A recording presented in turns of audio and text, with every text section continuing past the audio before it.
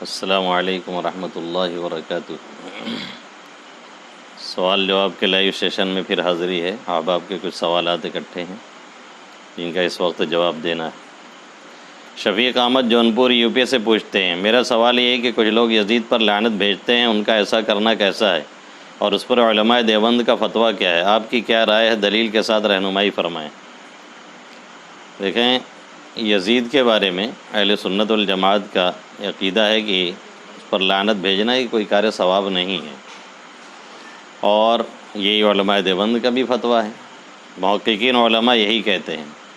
بعض علماء نے لعنت کو کار ثواب سمجھا بھی ہے اور بھیجا بھی ہے، لیکن جمہور اسی طرف ہیں۔ اور آپ نے پوچھا ہماری کیا رائے؟ دلیل کے ساتھ رہنمائی فرمائیں۔ اہل سنت والجماعت کی رائے کے ہوتے ہوئے کوئی اور رائے قائم کرنا ہی بیوقوفی ہے۔ اہل سنت کی ترجمانی کے سب سے بہترین ترجمانی علامہ ابن تیمیہ رحمۃ اللہ علیہ نے ان الفاظ میں کیا، الناس فی یزید طرفان و وسطن۔ یزید کے بارے میں لوگ دو طرح کے ہیں اور ایک معتدل رائے والے ہیں۔ کچھ لوگ یہ اعتقاد رکھتے ہیں انہ من الصحابہ و من الخلفاء الراشدین المہدیین و من الانبیاء، کہ وہ صحابہ کرام میں سے یا خلفاء راشدین میں سے یا نبیوں میں سے ہے، تو یہ سب کا سب باطل ہے۔ کچھ لوگ یہ گمان کرتے ہیں انہ کافر منافق فی الباطن، کہ وہ کافر اور منافق ہے۔ وکل القولین باطل، حضرت فرماتے ہیں دونوں قول باطل ہے، اور اس کے بطلان کا ہر عقل مند سمجھ سکتا ہے جو پڑھا لکھا ہو۔ وہ بادشاہوں میں سے ایک بادشاہ تھا اور خلفائے ملوک میں سے ایک خلیفہ تھا اس زمانے کا، نہ وہ کافر تھا نہ وہ اسی طریقے سے صحابہ یا خلیفہ راشدین میں سے تھا۔ اس لیے بس یہ سمجھا جائے کہ اس نے جو کچھ کیا حضرت حسین رضی اللہ تعالیٰ عنہ کے ساتھ غلط کیا، موقع آ جائے تو اس سے کھل کر کے برات کا اظہار کرے۔ باقی لعن طعن کرنا بیٹھ کر کے یہ کوئی کار ثواب نہیں ہے۔ لعن طعن اگر ایسے ہی کار ثواب ہے تو آپ نے فرعون پہ کب کیا، حامان پہ کب کیا، نمرود پہ کب کیا، شداد پہ کب کیا، ابو جہل پہ کب کیا، جنہوں نے نامعلوم کیا کیا کارنامے انجام دیے ہیں غلط سلط۔ اور دوسری بات یہ کہ ہم خود اپنے گریبان میں دیکھا کریں، ان سب چیزوں کے چکر میں بہت زیادہ پڑھ کر کے اپنا ٹائم ویسٹ کرنا، بیکار کرنا صحیح نہیں ہے۔ ہم خود کیا کرتے ہیں، دن رات نامعلوم کتنے لعنت والے کام ہم خود انجام دیتے ہیں۔ جھوٹ ہے، بد نظری ہے، جس سے لعنت اللہ کی برستی ہے، اس سے اپنے کو بچانے کی فکر کرنی چاہیے۔ فضیلت علی بہادر گنج غازی پور یو پی سے پوچھتے ہیں، مسجد کی خالی زمین جو مسجد سے دور ہے کسی غیر مسلم کو اجرت پر دینا جائز ہے؟ مسجد کی خالی زمین مصالح مسجد کے لیے، مسجد کے نفع کے لیے اجرت پر دی جا سکتی ہے، لیکن یہ بات ذہن میں رہے کہ کہیں اس سے اجرت لینے کے چکر میں زمین ہی نہ چلی جائے، جیسا کہ بہت سی جگہ ایسا ہو چکا ہے، اس سے بہت دھیان میں رکھنا چاہیے۔ محمد ساحل بلیا یو پی سے پوچھتے ہیں، مفتی صاحب محرم کی پہلی تاریخ سے 10 محرم تک روزہ رکھنا صحیح ہے یا پھر 9، 10 یا 10، 11 کو رکھنا صحیح ہے؟ کیونکہ بہت سے لوگ پہلی تاریخ سے 10 تاریخ تک روزہ رکھتے ہیں۔ جی بالکل صحیح ہے، کیونکہ حدیث میں افضل الصیام بعد صوم رمضان شہر اللہ المحرم، کہ رمضان کے بعد سب سے زیادہ جو فضیلت پورے مہینے کے روزے کی ہے وہ اسی محرم کے مہینے کی ہے۔ اس لیے پورے مہینے میں جتنا چاہے رکھیں، زیادہ سے زیادہ رکھیں اور اچھی بات ہے۔ اور 9، 10 یا 10، 11 یہ تو اس کی فضیلت تھوڑا سا بڑی ہوئی ہے۔ بلال احمد بنارس یو پی سے پوچھتے ہیں، مفتی صاحب نئے سال کی مبارکبادی دینا کیسا ہے؟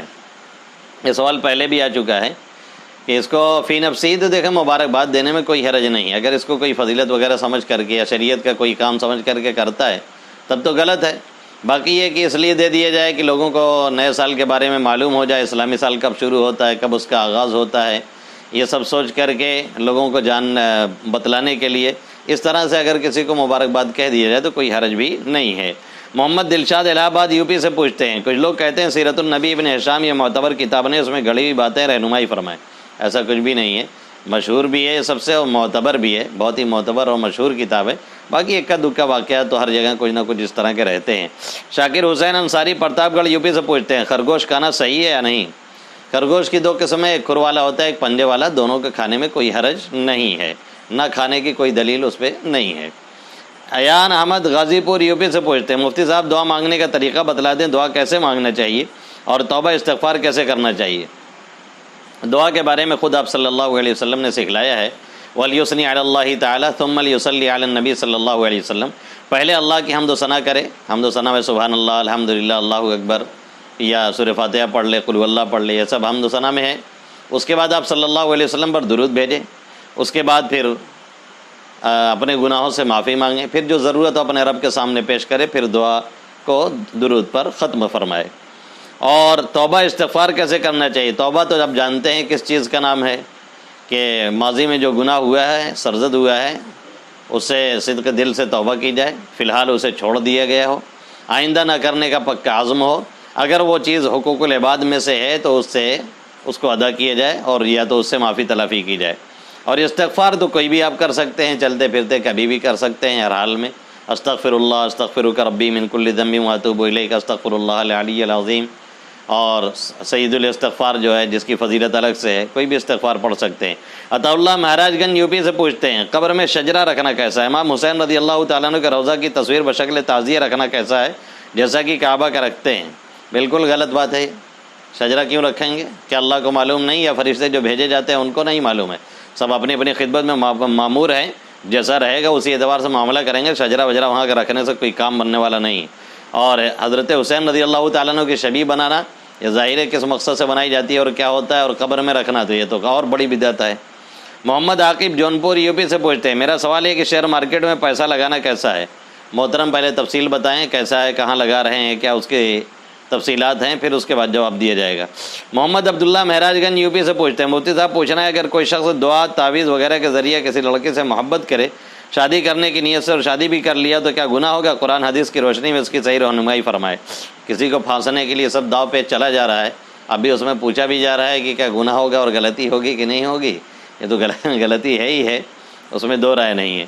محمد احسان لال دروازہ جونپور یو پی سے پوچھتے ہیں مفتی صاحب اگر کوئی شخص محرم کا روزہ رکھے ہوئے ہے پھر اس روزہ کا توڑ دے تو کیا اس کا پورا کرنا واجب ہے؟ پورا کرنا یعنی شاید آپ قضا کرنا پوچھتے ہیں، جی ہاں قضا کرنا پڑے گا۔ عبد الرحیم جمالی جمال پور اعظم گڑھ یو پی سے پوچھتے ہیں مفتی صاحب میں 18 سال کا ہوں، میرے ذمہ بہت ساری قضا نمازیں ہیں، خاص کر فجر اور ظہر کی، تو میں اسے کیسی پوری کروں؟ کوئی ترتیب بتا دیں۔